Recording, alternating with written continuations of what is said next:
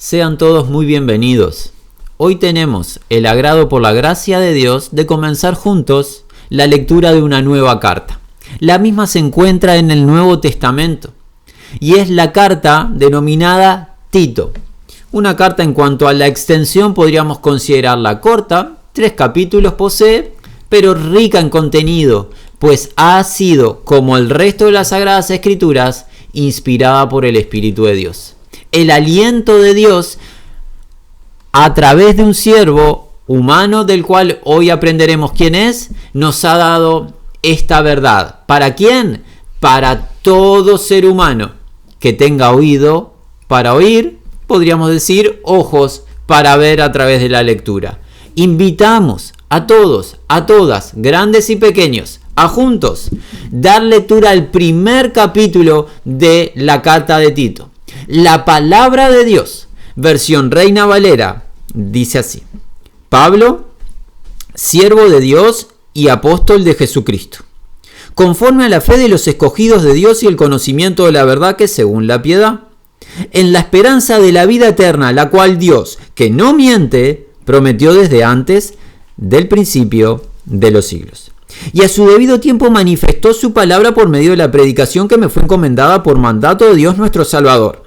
A Tito, verdadero hijo en la común fe, gracia, misericordia y paz de Dios Padre y del Señor Jesucristo nuestro Salvador. Por esta causa te dejé en Creta, para que corrigieses lo deficiente y establecieses ancianos en cada ciudad, así como yo te mandé. El que fuere irreprensible, marido de una sola mujer, y tenga hijos creyentes que no estén acusados de disolución y de rebeldía, porque es necesario que el obispo sea irreprensible como administrador de Dios, no soberbio, no iracundo, no vago al vino, no pendenciero, no codicioso de ganancias deshonestas, sino hospedador, amante de lo bueno, sobrio, justo, santo, dueño de sí mismo, retenedor de la palabra, fiel tal como ha sido enseñada, para que también pueda exhortar con sana enseñanza y convencer a los que contradicen.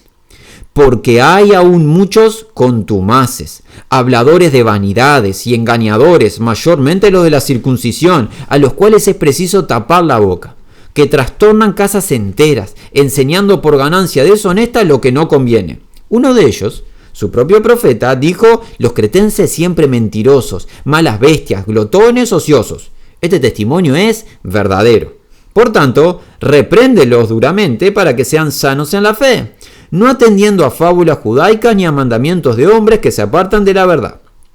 Todas las cosas son puras para los puros, mas para los corrompidos e incrédulos nada les es puro, pues hasta su mente y su conciencia están corrompidas.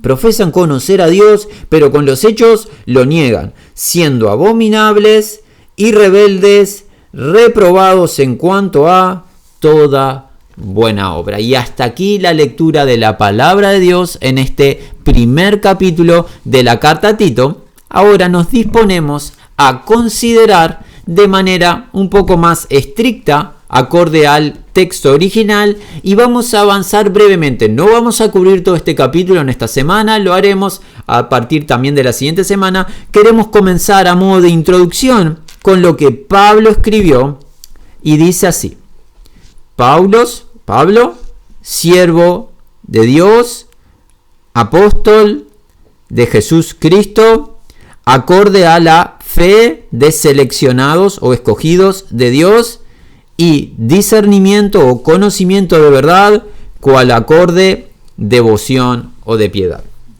Muy bien. ¿Qué encontramos en el comienzo de esta carta? El autor de la misma. Cuando decimos autor, estamos hablando de autor terrenal, humano. Siempre recordando, si nos has acompañado anteriormente en la carta inmediata que hemos escudriñado juntos, que el autor intelectual, el autor original de la carta, ¿quién es? Dios. Dios por su espíritu ha dado esta enseñanza. Todo el contenido es digno de ser recibido con total confianza, porque esto no es obra humana, es obra divina. Pero el Dios eterno, el único y verdadero Dios, utilizó un hombre, un ser humano. ¿Quién? Uno llamado Pablo. De él conocemos, ¿por qué? Porque en el libro de los Hechos y en gran parte del resto de los textos del Nuevo Testamento, Él aparece, Él es el autor humano de la gran mayoría de los libros que encontramos en el Nuevo Testamento. Pablo, de él hemos hablado anteriormente, hoy no vamos a hacer una introducción acerca de su propia vida. Recordamos que Pablo ha sido, ¿qué? Ha sido esto, siervo de Dios.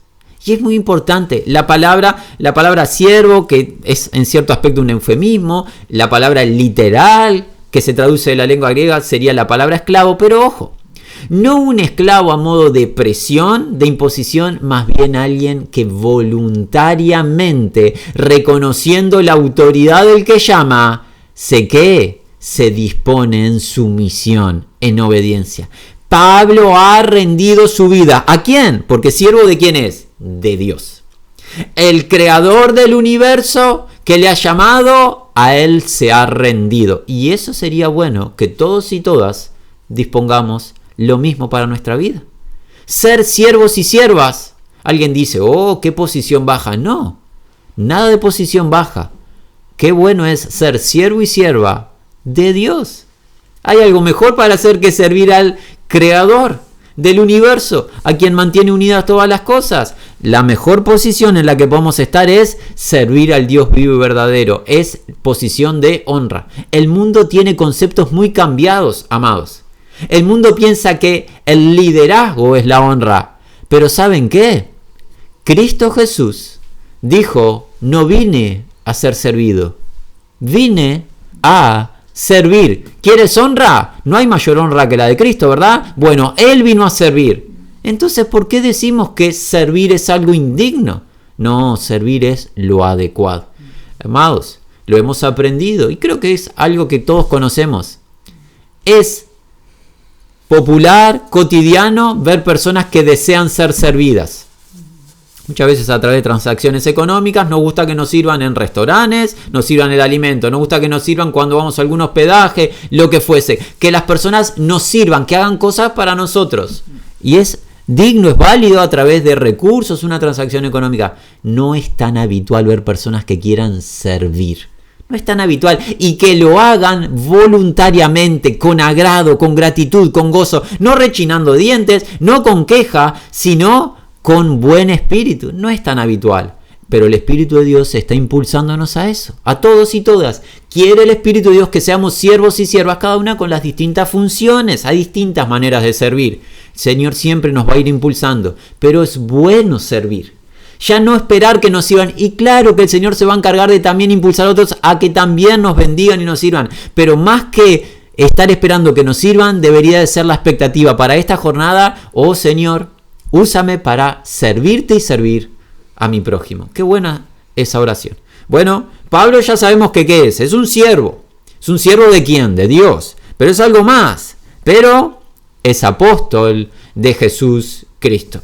Jesús Cristo, lo que nos habla de su función del Salvador, del ungido, del Mesías, le llamó a Pablo cuando Pablo estaba en una acción muy contraria. Hemos aprendido de eso. Pablo iba en contra del plan de Dios, en contra de la iglesia de Cristo Jesús, pero el Señor de gloria se presenta a su vida. La vida de Pablo es transformada completamente, y ahora aquel a quien iba a perseguir y a sus seguidores, ahora Pablo, ¿qué? Es el comisionado de ese Señor Jesús. Es un misionero, es un anunciador, es un proclamador, es un embajador del Señor y su reino. De Jesús el Cristo es apóstol, y no deberíamos de menospreciar esta función ni este ministerio. Cuando Pablo habla, Jesús está hablando. Porque Pablo lo que habla lo recibió de Jesús. Por ende, nada de lo que aprendamos en esta carta o en el resto es digno de menosprecio, sino es digno de recibir con aceptación, con honestidad y con humildad. Humildad de nuestra parte, de saber que lo que se está escribiendo aquí es palabra de Dios. Este es el comisionado, un embajador del Señor Jesús. Así que algunas voces que hemos oído de que no, el mensaje de Pablo contradice el de Jesús, eso no proviene del Espíritu Santo, eso son ideas humanas, y te advertimos, amigo, que si tú vas por ese camino, te vas a hallar en confusión. Pablo, ya sabemos, el autor humano que escribe esta carta es el siervo de Dios, es el apóstol de Jesús Cristo. Esto, acorde a qué? A fe. Fe, que es la palabra confianza. ¿La fe de quién? Pero más bien de quién en singular, no, de quiénes, porque es una fe plural. La fe de los seleccionados de Dios o los escogidos de Dios. Todos y cada uno de los que han recibido en confianza el mensaje de salvación han sido escogidos, seleccionados por Dios para dicha salvación. Esta fe de los que Dios escogió está relacionada con algo. Con el conocimiento, con el discernimiento de la verdad. Amigos, sin verdad no hay fe. La fe es la confianza en una declaración. Por ejemplo, la declaración que Cristo Jesús murió en la cruz del Calvario por nuestros pecados, Cristo Jesús fue sepultado y Cristo Jesús resucitó de entre los muertos por el poder del Padre para conceder justicia al creyente. Eso es un testimonio que Dios da. El que cree recibe salvación. Ese testimonio es veraz, es verdad. Y se puede confiar en ese testimonio. Es un testimonio digno de ser recibido por todos. Pero si no está ese testimonio, por ejemplo, no hay fe. Fe sin verdad es un delirio o es una ilusión. No tiene sentido. Fe está relacionada con la verdad. Fe es confiar en lo real o en lo genuino. ¿Qué es real o genuino? Todo lo que Dios dice. Por ende, fe sin verdad es un acto ilusorio. La fe viene por el oír ¿qué? El oír la palabra de Dios. Y la palabra de Dios es verdad. La suma de tu palabra es la verdad. Por ende, fe se relaciona con la verdad. Así que esta fe de los seleccionados es acorde ¿a qué? Al conocimiento, discernimiento de la verdad. Y cuando hay verdad, hay fe, Dios concede fe. Y cuando hay fe y verdad, ¿qué hay? Como resultado, acorde a devoción, piedad. La fe genuina en el Señor, a través de la verdad, nos guía a una vida piadosa, a una vida de devoción, a una vida de adoración a aquel que ha concedido esta gracia, esta salvación. Pablo es el siervo de Dios, es el comisionado de Jesucristo concerniente o acorde a la confianza en la verdad dada que nos guía a la devoción a Dios. Qué maravilloso ministerio el del apóstol. ¿Cómo sigue? Versículo 2. En esperanza, o sea, expectación de vida eterna, cual prometió él sin mentira, Dios, antes de tiempos eternos, y continuará en el versículo 3. Esta carta se escribe con una expectativa. ¿Qué es la palabra esperanza? Esperanza en las Sagradas Escrituras se puede definir muy ágilmente como espera ferviente, expectante. ¿De qué? De que suceda algo prometido por Dios. La esperanza no es ilusión o imaginación que un evento salga a luz o se realice, sino es la convicción de que algo suceda. ¿Por qué? Porque fue prometido. Ahora, la expectativa y la esperanza ¿de qué? De vida eterna. Esta carta nos recuerda que tenemos expectativa de vida eterna. ¿Por qué? Por la promesa de aquel que no miente. Cual prometió él sin mentira es un adjetivo. Es medio, podríamos decir, tosco de leer, pero así se debería leer literalmente. El sin mentira o el sin falsedad. Es esa palabra mentira, pero en la lengua griega con la letra A antes de la palabra que niega. Por ende, mentira, pero con la letra negada, calificado hacia Dios, es el ser sin mentira o el sin falsedad. Dios ha prometido vida eterna y Él no miente. Él es un ser que no tiene falsedad. Él no es hombre para que mienta. Él no es hijo de hombre para que se arrepienta. Él no cambia sus pensamientos. Él no dice una cosa y luego se retrotrae y la modifica. Él es veraz. Él es el fiel y verdadero, y ha prometido vida eterna. ¿Cuándo la ha prometido? Bueno, Ya veremos que lo había anticipado desde los siglos eternos pasados, pero en particular en nuestra lectura, por ejemplo, cuando leemos el Evangelio de Juan. En ese versículo tan conocido que nos enseña por el capítulo número 3, que de tal manera amó Dios al mundo, que dio a su Hijo unigénito, para que todo aquel que en Él cree no se pierda más, tenga vida eterna. Esta es la voluntad del Padre que me envió, que de todo lo que Él me diere no pierda yo nada, sino que le resucite en el día postrero. Y todo aquel que vea al Hijo y cree en Él tiene o tenga vida eterna. Juan, comenzando capítulo 3, continúa capítulo 5, lo reitera, capítulo 6 lo vuelve a decir, después pasamos por el capítulo 10, lo sigue diciendo. Reiteradas ocasiones del Evangelio de Juan, Jesús hablaba que el que lo vea a Él y cree en Él, en el Hijo, tiene vida eterna. En la carta de Juan, aquel que escribió el Evangelio y luego escribe su carta, estas cosas os escribo, les decía, ¿para que qué? Para que tengan la convicción, la certeza de la vida eterna, la cual está en el Hijo, que el Padre nos dio. La vida eterna es una promesa de Dios. ¿Y por qué alguien puede tener certeza de vida eterna? Porque el que lo prometió no miente. Si la promesa hubiese sido de un humano, no hay certeza de obtenerla. Porque esa es una característica nuestra, que cambiamos. Decimos una cosa hoy y en el poco tiempo podemos estar modificando las declaraciones. Pensemos, no en todos, pero pensemos en aquellos que nos lideran gubernamentalmente, en la política. ¿Cuántas promesas recibimos en tiempos de elecciones? ¿Y cuántas de ellas se cumplen luego que está ejecutando el gobierno su función? Siempre vemos que decepción de que no se cumple lo prometido.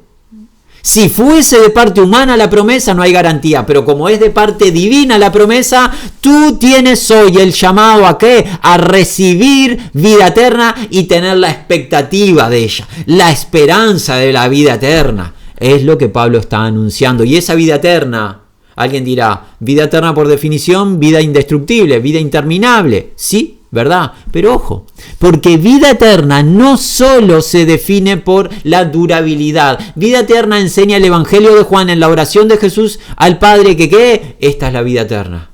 Que te conozcan a ti, el único Dios vivo y verdadero, y a Jesucristo a quien has enviado. La vida eterna comienza hoy cuando creemos al Evangelio.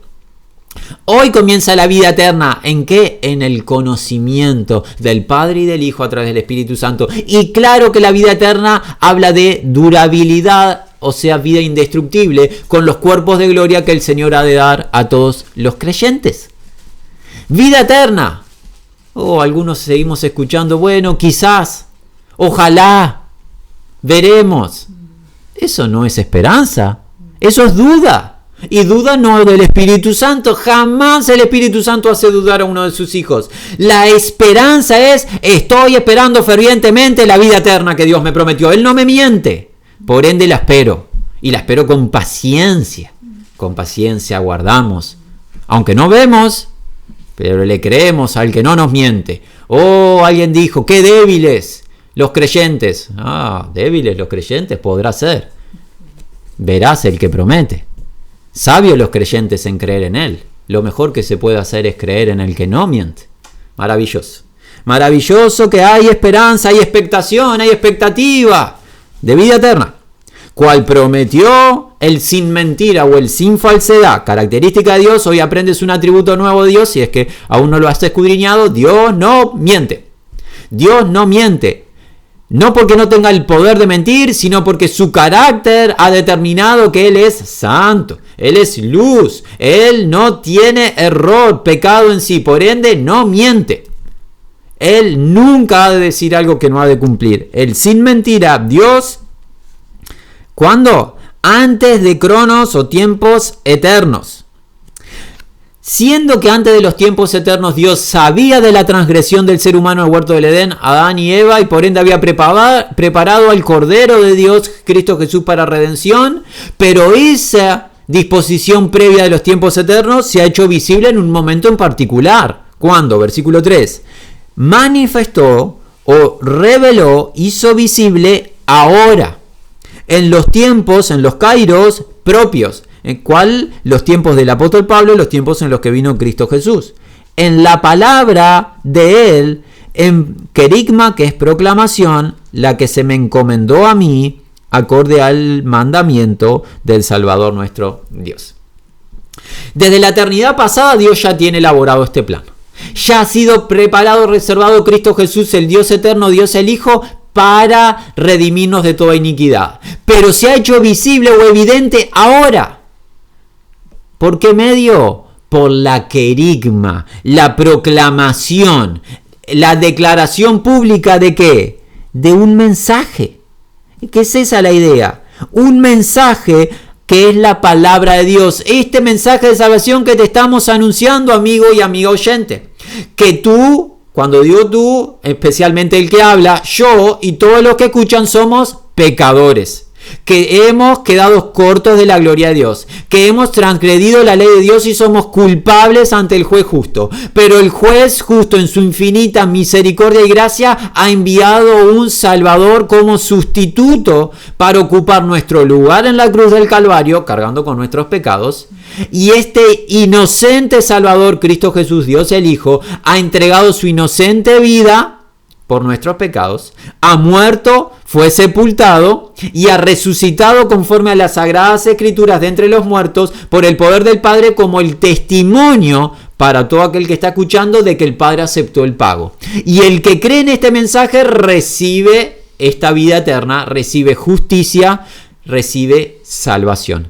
Si tú hoy te pones de acuerdo con Dios, eso es arrepentimiento, y crees que Él ha levantado a Jesucristo entre los muertos, hoy pasas a tener la expectativa de la vida eterna. Esta es la proclamación, esta es la querigma que se te está ministrando, en la cual Pablo fue encomendado por el mandamiento de Dios. Nosotros, quienes hablamos, no tenemos el permiso de emitir ningún mensaje que Pablo no haya emitido, por ejemplo, en esta carta. Porque a nosotros no se nos dio ningún mandamiento fuera del mandamiento que recibió Pablo. Cuando decimos Pablo es Pedro, Jacobo, Juan, el profeta Isaías y todos los autores de las Sagradas Escrituras. Fuera de este mandamiento que es la palabra de Dios, no hay permiso para nadie de anunciar o prometer nada. El que prometa, cumpla. Fuera de la palabra de Dios. Y nosotros no tenemos poder para cumplir nada. Por ende, no podemos decirte fuera de esto. Pero sí te podemos decir, hay vida eterna guardando por ti en la obra de Cristo Jesús. Cree, recibe esta querigma, esta proclamación, este mensaje público que se está anunciando. Pablo, encomendado, Dios se le depositó esta gracia de ministrar este mensaje. Él lo comenzó en sus días, nosotros lo estamos continuando, reiterando, transfiriendo. El mandamiento no fue mandamiento de Pablo mismo. Nótese, el mandamiento fue ¿de quién? De Dios. Significa que Pablo no se postuló a este ministerio o a este servicio público, Dios le apuntó a este servicio público. Muy interesante, muy importante. Dios seleccionó a Pablo, ya habíamos hablado de esto, pero lo reiteramos porque fue en alguna otra carta. Cristo Jesús le dijo a su siervo Ananías, ve, porque ¿qué? Instrumento escogido me es este. O sea, esto es una selección de parte del Señor para la vida de Pablo. No es una postura personal. Pablo no era un freelancer de la fe. Este concepto moderno de alguien que se postula a sí mismo para una tarea. No. Pablo fue seleccionado para la tarea cuando Pablo no iba en pos de la misma. Pablo iba en contra de la tarea. ¿Recuerda? Pablo estaba enemistado con la tarea en su incredulidad, en su vida pasada. Pablo perseguía al Señor y a su pueblo, pero Pablo fue transformado por la gracia de Dios para ser el emisario, el comisionado, el apóstol, el ministro. Y nos está contando esta querigma, esta proclamación que tiene consigo vida eterna. Cuéntanos, lo decimos con respeto, ¿cuál es el mensaje? ¿Cuál es el movimiento o el evento en donde hoy tú estarás involucrado que te concede vida eterna? Es más, seamos honestos, nadie nos concede nada. En la vida todo es para sacarnos recursos. A donde vayas te quieren sacar algo. En todos lados. Es la gran mayoría de las cosas. Vamos a poner la gran mayoría para no decir todo. Casi todo lo que nos involucramos nos quieren sacar algún tipo de recurso o algo de la vida. Pero aquí no solo no se te está queriendo sacar, se te está ofreciendo vida eterna. ¿Qué has de esperar? ¿Por qué te detienes? Dice la Escritura. Levántate, bautízate en el nombre de Jesucristo, recibe el perdón de los pecados. ¿Cómo culmina esto? Esta introducción, recordemos, estamos en la introducción. Ya sabemos el autor, ya sabemos acorde este mensaje que es. Nos falta recibir hoy el conocimiento del receptor de la carta para luego, sí, a partir de la semana entrante, ver el significado y la razón de la misma. ¿Por qué fue escrita? Porque vamos a aprender eso. La carta tiene un propósito, no fue una carta escrita porque sí, tiene un propósito, eso llega a partir del versículo 5, pero hoy aprenderemos cómo, versículo final, el receptor de la misma, ¿quién es? Tito, genuino hijo, acorde a común fe, gracia y paz de Dios Padre y Cristo Jesús, el Salvador nuestro. El receptor de la carta, el primer receptor, deberíamos decir, de la carta es Tito. Recordemos que desde Tito llegará a las iglesias locales y desde el primer siglo pasaron 1900 y tantos años y seguimos recibiendo la misma carta. O sea, no es exclusiva para Tito. Tito es el primero en recibirla y luego la recibiremos el resto. Pero ¿quién es Tito? Muy brevemente, de él hemos leído anteriormente en la segunda carta de Timoteo, como uno de los colaboradores que estaba en una región en particular, pero en particular leemos más bien de Tito, ya no tanto en el libro de los Hechos, sino en el libro de Corintios. Cuando era necesario ministrar las ofrendas, y algo tan importante, ¿quién? Tito. Porque sus credenciales son evidentes. Pablo lo tenía a Tito como un colaborador muy especial. Cuando había que ministrar y administrar los recursos de la Iglesia de Cristo Jesús, que es un tema muy importante y que se necesita ser irreprensible, trae a Tito. Él va a ser el instrumento para administrar los recursos. O sea que Tito, ¿qué es? Oh, es un genuino hijo. Oh, yo sé con quién trabajo, está diciendo Pablo. Tito es verdadero hijo, es real hijo, es genuino hijo. Qué bueno, hermanos, que puedan decir de nosotros, no por mérito humano, por gracia de Dios, qué bueno que alguien pueda testificar, este es un verdadero hermano. Hemos visto, hemos testificado, hemos estado en la batalla juntos y sabemos que no es una ficción. Recuerden, a esto a muchos les ofende, pero a nosotros ya no nos interesa si alguien se ofende o no. Hay enseñanza en la palabra de Dios de fe fingida. Así como existe la genuina fe y existen los genuinos hijos, existen ¿qué? Falsos. Hay actores y actrices, tristemente, de la verdad. Personas que toman una forma, un aspecto de piedad o devoción, pero que no están sus vidas rendidas al Señor, que no han creído genuinamente al Evangelio. Bueno, no es el caso de Tito.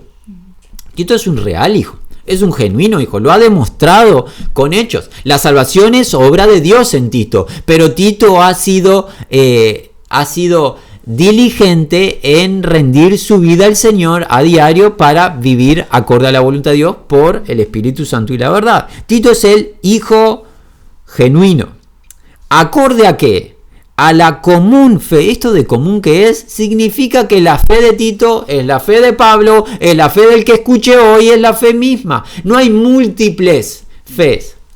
No hay, la fe es un tema personal, yo tengo fe a mi manera, tú tienes fe a tu manera. No, si la fe es acorde a la verdad y la verdad es una, la fe es similar en cada hermano y hermana. Es la fe de Pablo, es la fe de Tito, es la fe de los hermanos en Creta, nos estamos adelantando a la región, lo aprenderemos la semana entrante, es la fe de Timoteo, quien leímos la semana anterior, es la fe que el Señor ha dado a través de la misma verdad. Es común fe. No es correcto decir, que es lo que quieren sostener algunos, cada religión a su manera es la misma fe. Eso es error. Eso es engaño. La fe es común, es misma fe por tener misma verdad. Un mismo Dios Padre, un mismo Señor Jesús el Cristo, un mismo Espíritu Santo que se nos dio a beber a todos. Una misma verdad. Una misma fe. Común para todos y todas. La común fe para el pueblo de Dios. ¿Qué concede la carta? Bueno, aquí es donde tenemos una pequeña diferencia, la cual no podríamos ser elocuentes ni dogmáticos, pero pareciera que hay dos palabras que escribió Pablo. Reina Valera añadió una tercera, no estamos seguros si fue añadida la tercera palabra o son dos, en fin. Leemos gracia y paz de Dios. Reina Valera añadió misericordia. Claro que la misericordia está involucrada, pero no tenemos absoluta certeza si estaba en el texto original. En fin, bueno, gracia de Dios. Y esta gracia la vamos a poner en suspenso. ¿Por qué? Porque será expandida en esta misma carta como quizás en ninguna otra carta. La gracia, cada uno que haya leído sabe, es el favor de Dios, es el obsequio de Dios, es salvación de Dios no merecida absolutamente. Y gloria a Dios por ello. Pero aprenderemos en esta carta más de la gracia de Dios. Llega semanas entrantes, mantenemos la expectativa y desde ya te animamos, avanza en la lectura, prepárate. Leyendo la carta para venir al siguiente encuentro ya pronto, capacitado. Pero de la gracia se nos va a hablar y va a ser muy importante lo que se va a decir. Esa gracia para el lector, recíbala. Pero hay algo más, paz de Dios. Paz, ¿por qué? Por haber sido reconciliado con Dios, por tener la expectativa o la esperanza de la vida eterna. Tienes expectativa de vida eterna porque fuiste reconciliado con Dios. ¿Por qué medio? Jesucristo, el sacrificio sustitutivo. Tú ya no eres enemigo de Dios, sino que has sido reconciliado. El reconcilio fue porque Cristo se sacrificó por ti. Ha hecho expiación de tu pecado. Ha habido un sacrificio intermediario. Ya no tienes tu deuda ante el juez, pasas a estar en paz con el juez. Gracia y paz. Nótese que en ningún punto está en juego qué nos está pasando en el diario vivir. Pueden pasarnos muchísimas cosas, pero gracia y paz se nos concede a los que recibimos con fe esta carta. El estado del alma garantizado. Gloria eterna, aguardando para aquellos que han creído en la querigma o en la proclamación del Evangelio. Gracia y paz. ¿De dónde proviene la gracia y paz? De Dios, el Padre. Mira lo interesante. Cristo Jesús. ¿Quién es Cristo Jesús? El Salvador nuestro. Pero en el versículo inmediato anterior, que fue el versículo 3, había dicho que era acorde al mandamiento de la proclamación que él recibió. ¿De quién? Del Salvador nuestro, Dios. Y pareciera ser Dios el Padre. Dios el Padre es el Salvador. Y ahora aprendemos que en el versículo 4, Cristo Jesús es el Salvador. ¿Qué vemos? Vemos esta comunión entre el Padre, el Hijo y el Espíritu Santo. El Padre es el Salvador, el Hijo es el Salvador. No vemos discrepancias en la plenitud de Dios. Una misma tarea están abocados a redimir, a salvar. Dios el Padre, Dios el Hijo, a través del Espíritu Santo. El Padre diseña el plan, el Hijo viene y lo ejecuta, y a través del Espíritu somos llevados a su presencia. Esto vemos que este Dios magnífico, que es uno, que se manifiesta en Padre, en Hijo y en Espíritu Santo, han trabajado en esta salvación que hoy se te ofrece. ¿Cuál? La vida eterna. Porque de tal manera amó Dios al mundo. Y ha entregado a su Hijo unigénito para que todo aquel, y el aquel es aquel o aquella, es inclusivo en ambos géneros que Dios creó, hombre y mujer, grandes y pequeños. Todo aquel o aquella que cree en Él, no se pierda, mas, sin embargo, tenga vida eterna. La vida eterna, expectativa, esperanza, garantizada, pero solamente si tú crees. Porque todo aquel que ve al Hijo y cree en Él tiene vida eterna. Pero si tú no crees en el Hijo de Dios, no solo no tienes vida eterna, dice la Escritura, sino que la condenación y la ira de Dios está sobre ti.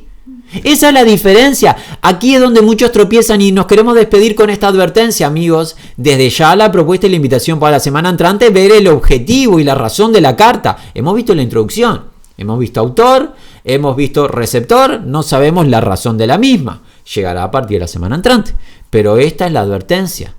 Algunos han imaginado que están los que reciben la vida eterna, los que son creyentes, están los rebeldes y está el tercer grupo de los neutrales, los que ni a favor ni en contra. No existe tal declaración. O se está a favor creyendo en el Evangelio y se junta con Cristo, o se desparrama en contra de Cristo. O recibes el don de la vida eterna por tener al Hijo, por verle y creer en Él, o estás bajo la ira de Dios por estar en tu pecado. No hay diferencia y no hay acepción de personas para con Dios. Por eso es la urgencia del mensaje y por eso es el tono. Tú dirás, ¿qué intensidad de estos hermanos? ¿Por qué nos hablan así? Porque tu alma está en juego si es que no has creído al Evangelio. Nosotros clamamos, rogamos, como si Dios lo hiciese a través de nosotros, reconcíliate con Dios. Reconcíliate con Dios a través de su Hijo Jesucristo y recibe la expectativa, la esperanza de la vida eterna. Recíbela con fe. Maravilloso obsequio de Dios para ti. Nos resta el deseo que la gracia, paz y añadamos misericordia de Dios sea para con todos los que aman a Jesucristo.